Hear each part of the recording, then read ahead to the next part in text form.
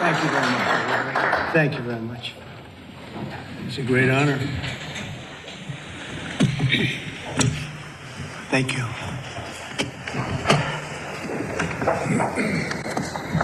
It's a long time, 35 years they fought, and now they're friends, and they're going to be friends for a long time.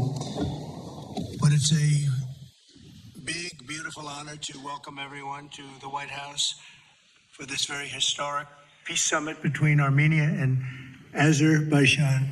It's really a great thrill for me. I love seeing good people get together, and that's what you have. You have two great leaders. I want to congratulate these two visionary people, Prime Minister Pashinyan and President Aliyev, for coming to Washington to sign this momentous joint declaration. It's a tremendously important document, and it's been a long time in coming. They were explaining before that so many times they thought they could get there. It never happened. It just never happened. I also want to thank Secretary of State Marco Rubio, Special Envoy Steve Witkoff, and their teams at the State Department. And I see that we have Chris Wright outside and Senator Steve Daines sitting right here. Thank you, Chris. Thank you very much. And Steve, thank you very much. And we have some other wonderful dignitaries, including the dignitaries from your country. But they provided tremendous diplomatic assistance. And Marco, congratulations. It's a big thing. Keep going. He got many jobs. And then, of course, you would say Steve was quite influential. I call him Henry Kissinger, who doesn't leak. For more than 35 years, Armenia and Azerbaijan have fought a bitter conflict that resulted in tremendous suffering for both nations. They suffered gravely for so many years. Many tried to find a resolution, including the European Union. The Russians worked very hard on it, never happened. Sleepy Joe Biden tried, but you know what happened there. He tried for probably 12 minutes and didn't work out.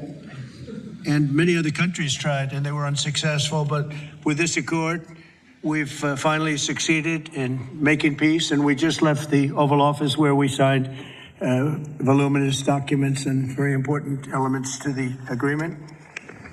The country of Armenia and Azerbaijan are committing to stop all fighting forever, open up commerce, travel, and diplomatic relations, and respect each other's sovereignty and territorial integrity, so importantly. And I just spent a lot of time with these two men. I think they're going to have a great relationship. You want to know the truth?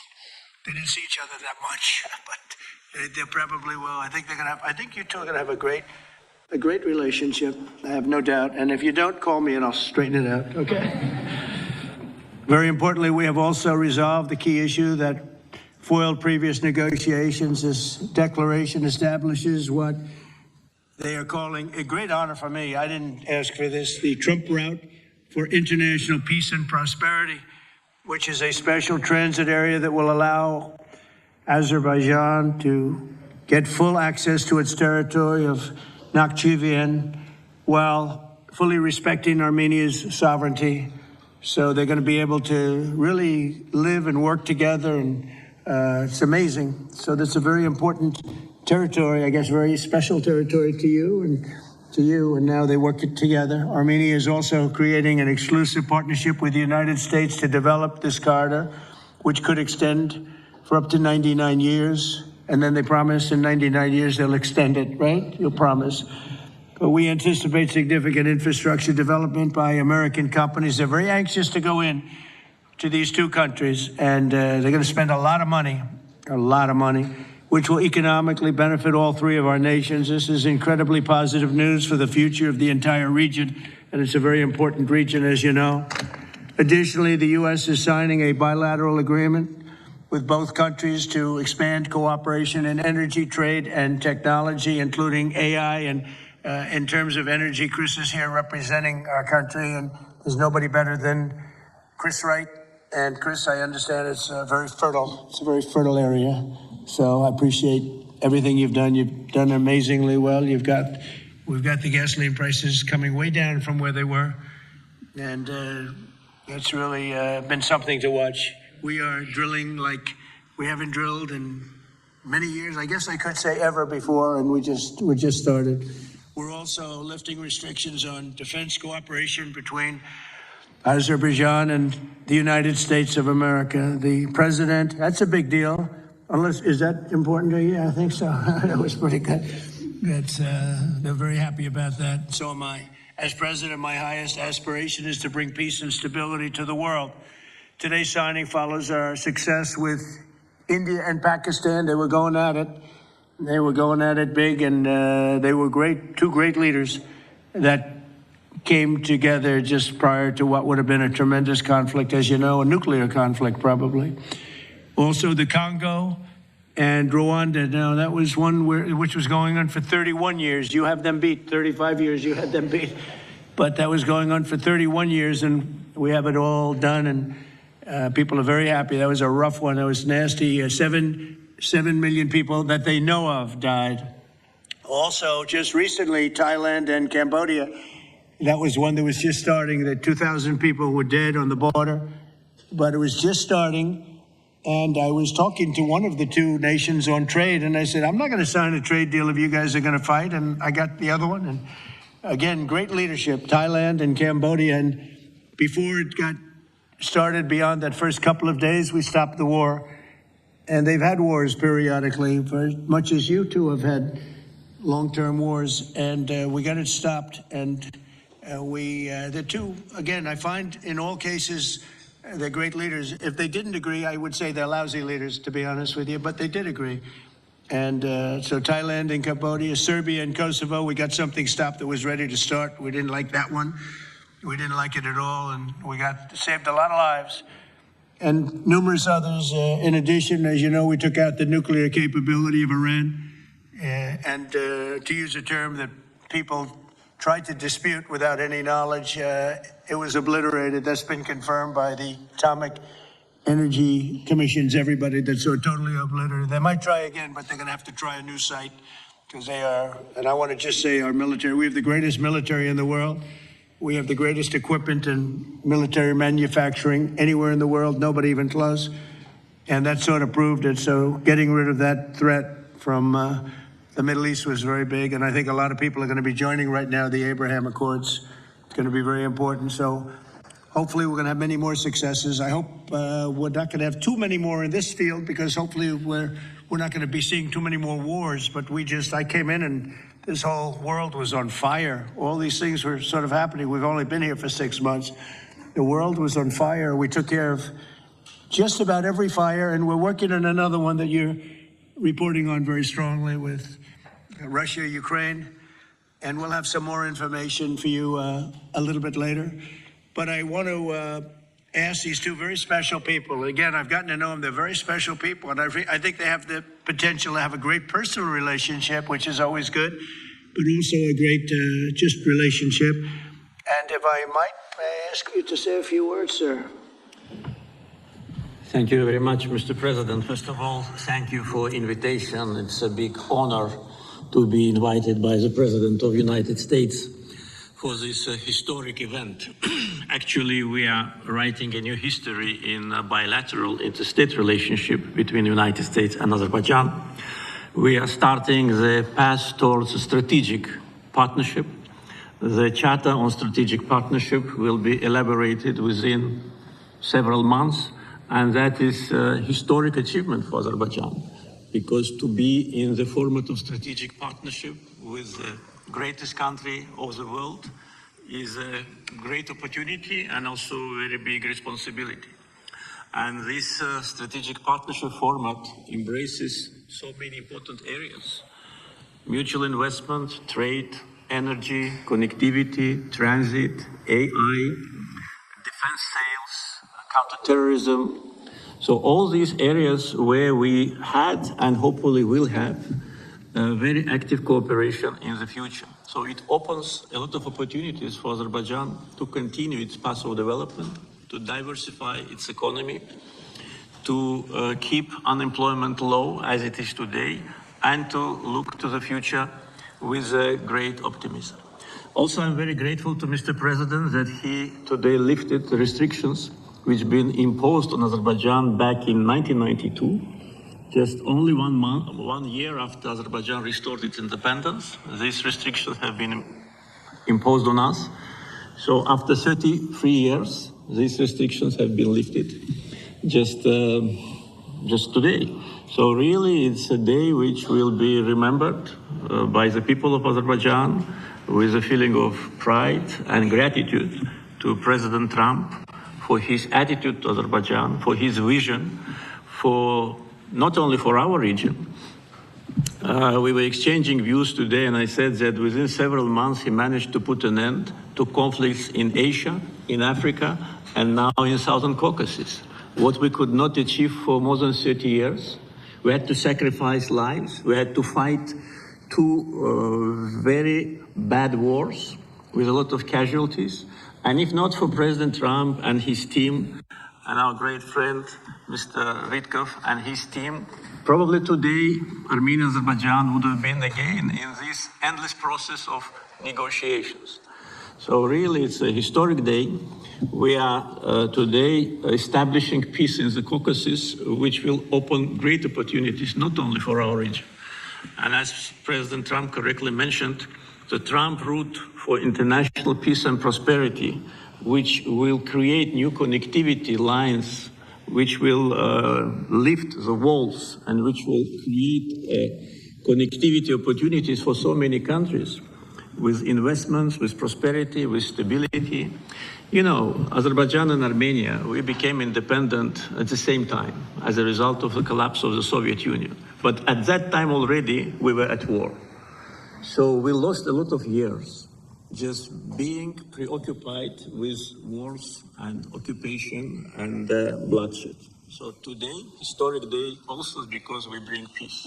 President Trump brings peace to Caucasus, and we're grateful for that. And I'm sure that Armenia and Azerbaijan will find courage and responsibility to reconcile, and also the people will reconcile. We will turn the page of standoff, confrontation, and bloodshed, and provide bright and safe future for our children. So I'm very happy because today we're writing the great new history. And once again, Mr. President, thank you for all what you are doing for us, for our region, and for the whole world. Thank you very much.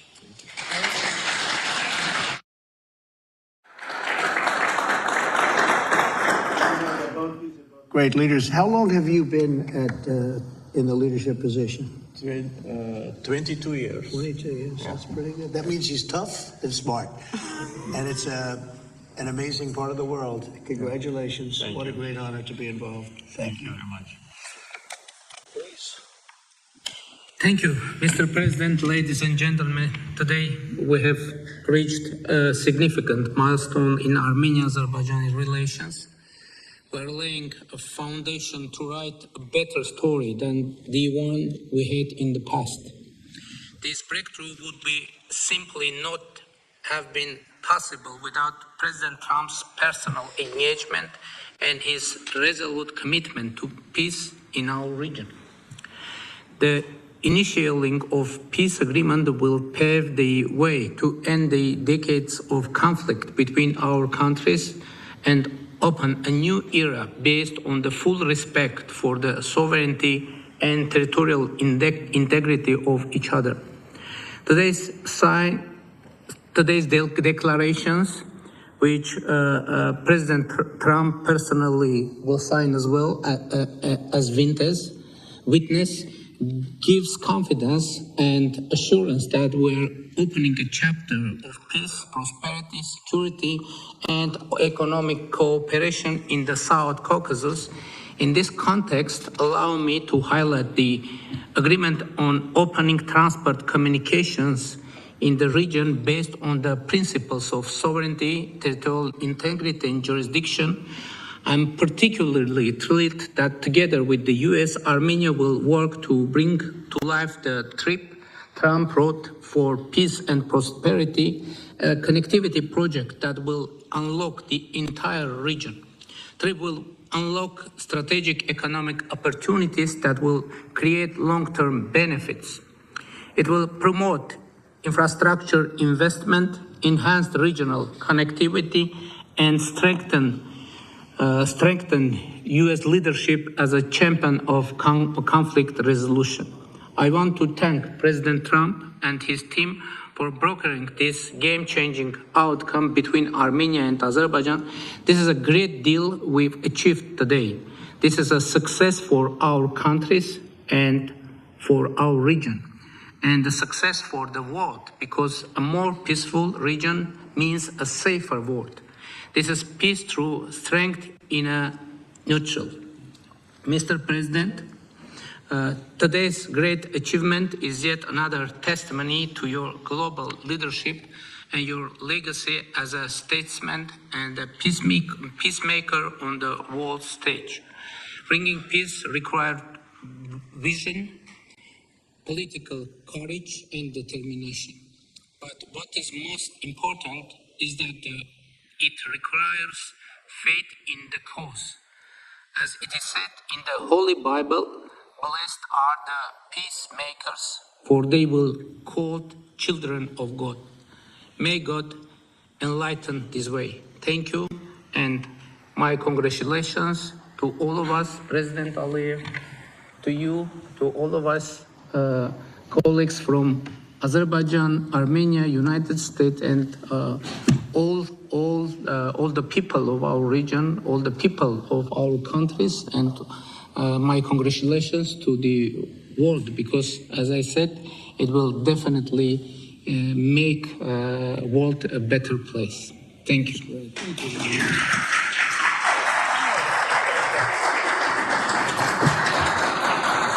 President of the United States, the President of the Republic of Azerbaijan, and the Prime Minister of the Republic of Armenia will now sign the joint declaration on the outcomes of the Trump Route for International Peace and Prosperity Summit. That's really They will sign 3 copies in English. The President of the United States signs as a witness to the President of the Republic of Azerbaijan and the Prime Minister of the Republic of Armenia, affirming their path to peace, stability, and prosperity. We kindly ask that all guests remain seated for the signing of the documents.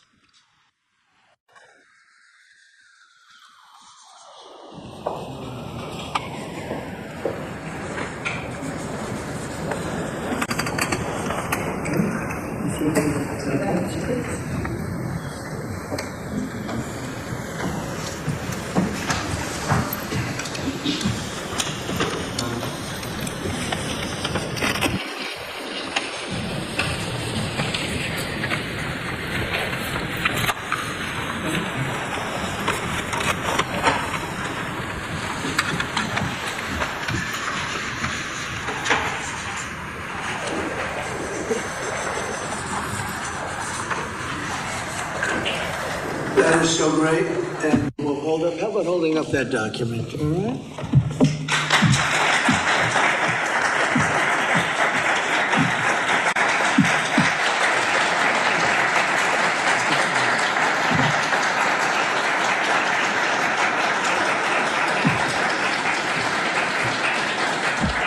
Well, thank you. This is really a big day, and we have some other big announcements, but I didn't want to make them because I don't want to do anything that could even, in a little way, overshadow what's taken place today. 35 years of death and hatred, and now it's going to be love and respect and success together.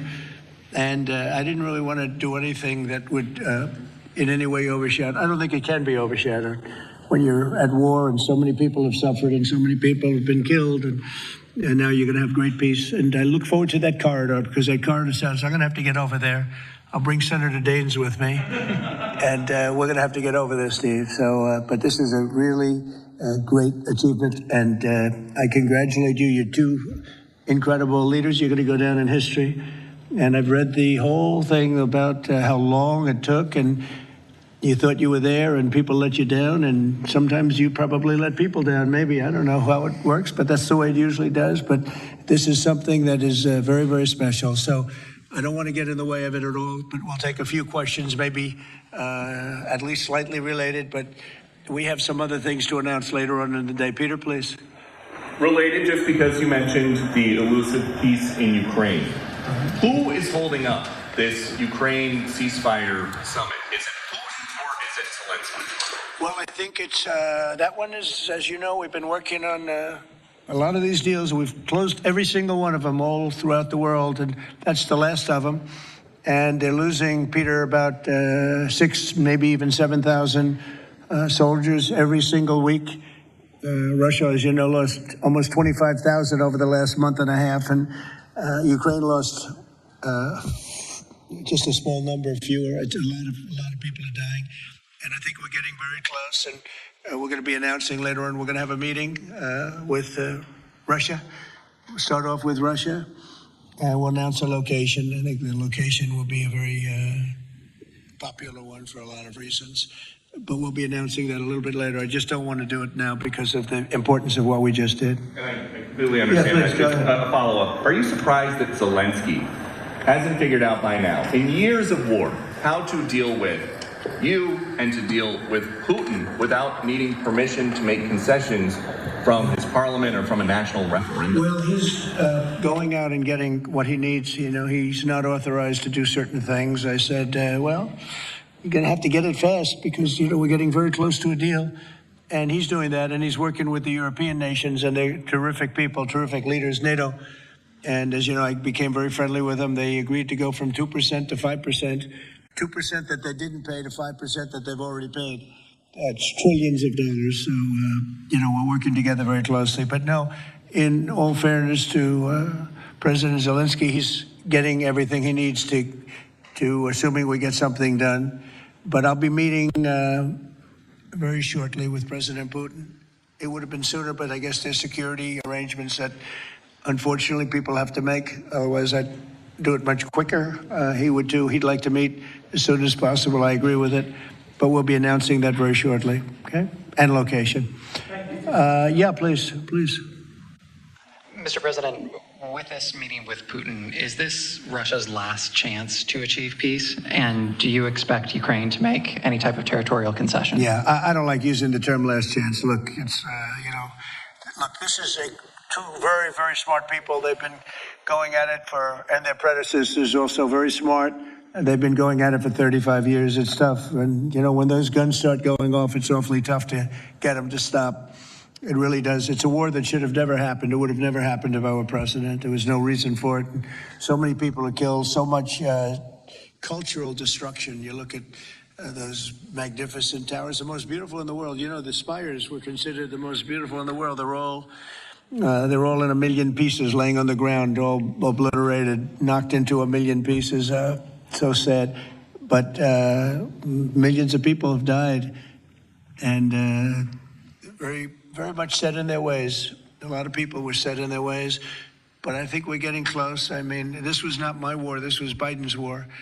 But the European Union has been great. As you know, they're purchasing equipment from us. They have a lot of money, and they're spending a lot of money on buying equipment. We're not spending money, but we are supplying them equipment. They're paying for it. And I think that a lot of things happened recently that would make this go forward. I'm not going to mention anything having to do with India, but maybe that had an impact. But what really had an impact was NATO has stepped up in terms of their spending on buying military equipment. You know, we're in for probably through Biden as people, $350 billion. $350 billion. When they hear these numbers, you're saying that's a lot of money. $350 billion the United States has spent on that. It should have spent nothing because it should have never happened. It would have never happened. And Europe is in for over $100 billion, which is, it should be the opposite if we were in for anything, but it should be the opposite. And I will say that Europe wants to see peace. The European leaders want to see peace. President Putin, I believe, wants to see peace. And Zelensky wants to see peace. Now, President Zelensky has to get all of his everything he needs because he's going to have to get ready to sign something, and I think he is working hard to get that done. Will Zelensky have to give up territory, Mr. President? Well, you're looking at territory that's been fought over for 3.5 years with, you know, a lot of Russians have died, a lot of Ukrainians have died. So we're looking at that, but we're actually looking to get some back.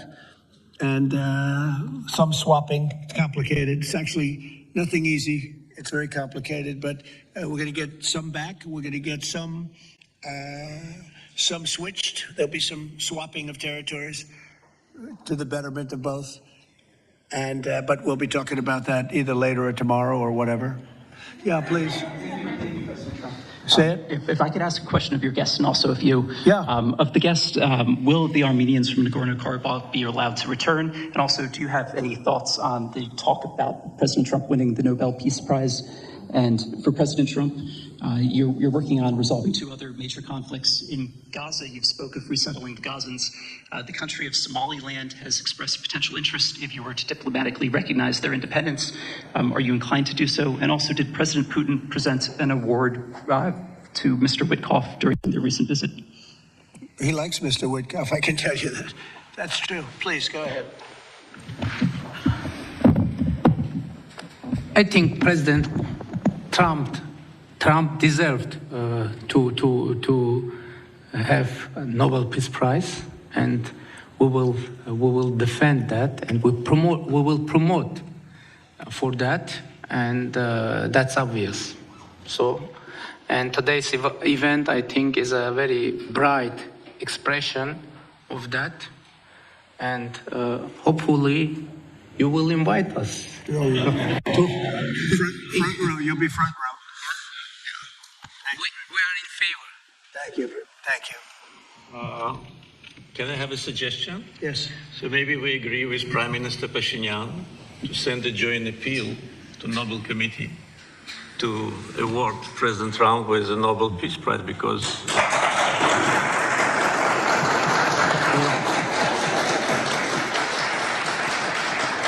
from the leaders of the countries which were at war for more than 3 decades, having this historic signature here, it really means a lot. This is tangible result of President Trump's leadership, and no one could have achieved that. There have been many presidents here since beginning of 90s, and the so-called Minsk process, which, by the way, today we put an end to with my Armenian colleague, started in 1992. So negotiation under the auspices of OSCE continued for more than 3 decades without any result. So who, if not President Trump, deserves the Nobel Peace Prize? I don't want to go into the history of some very strange decisions of the Nobel Peace Committee to award the prize for someone who didn't do anything at all. But President Trump in 6 months did miracle. So I think that my Armenian colleague will support it, and judging by the reaction of the audience, I think as soon as we come back, we will agree to issue a joint letter, and hopefully I will also join when President is awarded. We hope that he will invite us to the ceremony. You certainly will be. Thank you very much. Do we have draft to sign now? Well, we'll see what happens. We already like to sign. Thank you very much. It's very nice. We're looking into that right now. Good question, actually, and another complex one, as you know, but we're working on that right now. Somaliland. Thank you so much. I wanted to ask you, have you spoken to Russian President Putin yet? And would you go to Russia or Ukraine? And what exactly would you say to him? We'll be announcing a location in maybe a little while, and I think you'll be very happy. We'll see what happens, right? All we can do is do our best. We've been working on this one for a long time. This is a very complicated one also. This was extremely complicated, but we made it less complicated. And we had 2 very brilliant people on my right and my left. They understood what was at stake. I think if it didn't get done now, it might have never gotten done. So this is the same, very similar with Ukraine. It became more and more complicated as time went on. It was simple at the beginning. It wasn't going to happen. But it became more and more complicated. But I think we're getting close. Yes, ma'am. Yes, go ahead, please. Could the location for the summit be Italy? Location. Oh. I will give it to you very soon. Honestly, I don't want to do anything. These guys, I don't want to do anything where that's like, because this is a bigger story than a location. A location's good. I'm a real estate person. I know about a location. But there's nothing to compete with this in terms of what we're doing today. It's just such a great achievement for these 2. Really, they'll go down as great leaders for what they did. I put them together, but what they have been able, and I don't want to do anything. So we'll talk about it later. Today, we'll give you a location today. You were talking about sending military forces to fight against the drug cartels in Latin America. Do you think it's worth sending our forces, our U.S. forces there to take this on? Cartels where? Central Latin America. Well, Latin America's got a lot of cartels. They've got a lot of drugs flowing. So, we want to protect our country. We have to protect our country. We haven't been doing it for 4 years. And we love this country like they love their countries. We have to protect our country. So, we're playing a tough game, but we'll have more to say about that soon. Yes, ma'am. Mr. President, I'm Musala from Azerbaijan News Agency Report. So we are grateful to be here. Today you host a truly historic meeting. As a person who values diplomacy and global interaction, do you consider the possibility to visiting Azerbaijan? Actually, you mentioned Azerbaijan and Armenia after this meeting. Well, to visit our countries, do you consider? To visit, wow. Which one do I consider better? Yes. I think if I ever said that you would say, this guy couldn't have solved the problem. You know what? I consider them both great, okay? And you know what? They're going to be even greater. But and they're very different in many ways, but they have a lot in common. But they're both great as far as I'm concerned. Yeah, please. It's an interesting question, right? That would have been a hell of an answer if I said, well, I think I like this one or that one. No, we don't do that. Go ahead, please. Mr. President, first of all, thank you for bringing peace to South Caucasus, something that no one has been able to achieve in 35 years. That's number one. We also noticed that you think highly of the commitments that the sides have taken on and assumed. However, considering the long history of conflict and the fact that this is not a legally binding document, will there be consequences if at some point one of the sides takes a step back? I don't think it's going to happen. I think it's going to be very good. And I told him, I gave him a personal commitment. If there's always little problems here and there, right? The big ones have been solved. The giant ones have been solved. But if there's conflict, they both know they're going to call me and we're going to get it straightened out. They're not going to have a problem. Where are you from? Armenia. Okay, good. Very good. I was wondering. It was a very unusual question. But it's not unusual considering you're from Armenia. If there's a problem, we will get it worked out. I told them both. Don't let the problem last. We get it early, and we'll get it solved. Good reporter you have over there. Okay. Can I please. First of all, I'd like to say that today we initialed the peace deal, which was in the process of negotiations for quite a while. The fact that it is initialed here, in the capital number one of the world, in the office number one of the world, and in front of the great president of the United States, means that there should be no doubts and no suspicions that any of the sides would step back. If any of us, Prime Minister Pashinyan or myself, had in mind to step back, we wouldn't have come here. So you can be absolutely sure, as well as Azerbaijani community, that what has happened today will result in peace, long-lasting peace, eternal peace in the Caucasus. That's a very nice one. I'm sorry. Fully agree and nothing to add. That's a very nice two statements, but that's a beautifully stated statement. Let's go. A couple of more. Yeah, please. Mr. President, many in the South Caucasus have pinned the blame on your predecessor, Joe Biden, and his Secretary of State, Antony Blinken, for obstacles in America's bilateral relations with Azerbaijan and peace in that part of the world. How important is it to you to elevate your country's partnership and your administration's partnership with Azerbaijan, with Armenia, and how important is this for your legacy? Well, to me, it's very important, but it's, I know the history of what was going on because I do a lot of reading, and they've been at a vicious, they've had a very contentious relationship for a long time. It's war. Most of the time was war. And so to get it done, they're great people. I know a lot of people from Armenia. I know a lot of people from both countries, and they're incredible people, and it shouldn't happen what has happened. I wish we could have been here sooner, if the election were different. I'm going to be nice today. I'm not going to be controversial and say the election was rigged. I would have had this thing solved 4 years sooner. But the truth is, that's right. If the election weren't rigged, I would have been here 4 years sooner. We would have signed the same agreement 4 years sooner. But it didn't happen, and the Biden administration did really very little, actually nothing to get it done. But they did nothing to get really anything done. This country was in very serious shape. And I say it over and over again. I met all the leaders of NATO. I went, as you know, to the Middle East. I was with the King of Saudi Arabia, the leaders of great countries, right? Qatar and UAE and others in the Middle East. And everyone essentially said the same thing. We had a dead country 1 year ago. We had a dead country. Our country was dying. And now we have the hottest country anywhere in the world. It's not even close. We have the hottest country in the world. And it's an honor to use that, if you call it power or respect or whatever it is, to settle wars like we have right here to my left and my right. And these two guys are very smart. I got to know them, and they're very smart. They're not going to, I don't think they're going to ever have to bother with me. They may call me just to bug me a little bit. Let me put them to a test, and they'll call because they like to call me. But they're not going to have any problem. We have a very comprehensive agreement. It's a peace agreement.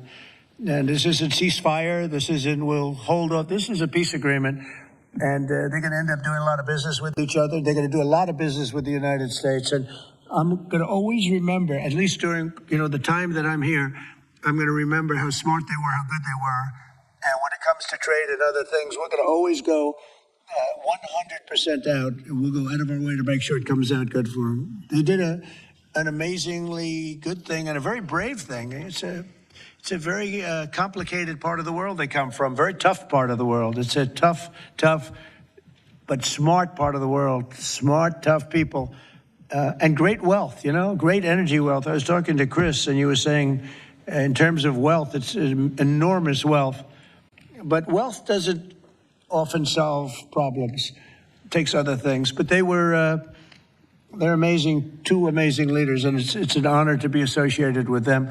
How about we'll do one more, please? Thank you, Mr. President. Your gut instincts have always done well in terms of business and in terms of politics.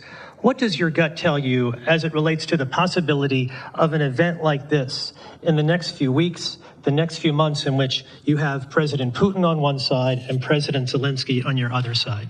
I think my instinct really tells me that we have a shot at it, okay? And you'll find that out later on, and maybe even today, but we have a shot at it. Look, it's got to be solved. We're not losing people. A lot of people say, why are you bothering? We're not losing people. We were spending hundreds of billions of dollars. Now we're spending nothing. We're spending no money.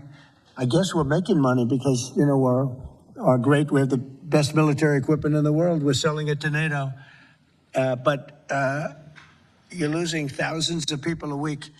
Russians and Ukrainians mostly soldiers, but, missiles are lobbed into cities and towns, Kiev, lots of places. You've been reading the same stories that I've been reading. And we got to get it solved. The Norwegian Nobel Committee will make their announcement as it relates to this year's Nobel Peace Prize on October the 10th, Friday, October the 10th. Is that date circled on your calendar, Mr. President? I can't say. I mean, a lot of people say, no matter what I did, because, I'm of a certain persuasion, no matter what I do, they won't give it. And I'm not politicking for it. I have a lot of people that are. I know. I mean, I read the same things as you do. But it would be a great honor, certainly. But I would never politic. I'm not doing it for that. I'm doing it because of, I really, number one, I want to save lives. That's why I'm involved so much with Ukraine and Russia. It's saving lives of Russians and Ukrainians. It's not American lives. Now, I would say this, that war could have escalated in something much, that could have been a world war. I think if we didn't come, Ukraine-Russia would have ended up being a world war. And I stopped that. That stopped. Now, the only question is, when is it going to be settled? And it could be very soon, but when is it going to be? But that would have been a world war. If I didn't come along with a very talented group of people sitting largely right here, but there are others not in the room that are very talented, I think Russia, Ukraine would have had a very, very high degree, I think even probably would have ended up being in a world war. I don't think people talk about that now because they don't see it anymore, but we've brought it down a long way. But that was getting to a point. When I first came in, I said, wow, this thing is really bad. And it could have escalated to a level that you people would have been very unhappy with. Yeah. Your predecessor, Mr. President, President Ronald Reagan, had a phrase as it relates to dealing with the then Soviet Union and also Mikhail Gorbachev. The phrase was trust but verify. Do you subscribe to that same view as it relates to Mr. Putin and Russia? Well, I do, relating to everybody. I mean, not just President Putin, but also people and leaders that I deal with. Look, I'm dealing with trade. And some of the worst deals we made, some of the worst trade deals we have. I talk about friend and foe, right? Friend and foe, two interesting words. Some of our worst trade deals were not with the foe, they were with the friends. Our friends were just killing us on trade. Not anymore. Not anymore. We're taking in trillions of dollars, and we're respected, and we're settling, through trade, even a little bit here, less here than on some, but through trade, I got things settled. With India, Pakistan, I think it was trade more than any other reason. That's how I got involved. I said, I don't want to be dealing with countries that are trying to blow up themselves and maybe the world. They're nuclear nations. That was a big one. Getting that one settled, I think you'd agree. That was a big one. And they were going at it. They were shooting airplanes out of the sky. 5 or 6 planes got shot down in their last little skirmish, and then it was going to escalate from there. And they could have gotten to be very, very bad. Now, I want to save a lot of lives. I love saving lives. That's what it's about. And when you save lives, you really end up having a peaceful world. Usually that ends up pretty well. I want to thank everybody, but in particular these two great leaders for having the courage to do what they did today, and they're going to go down in the history books. And it's a great honor to be involved. Thank you very much.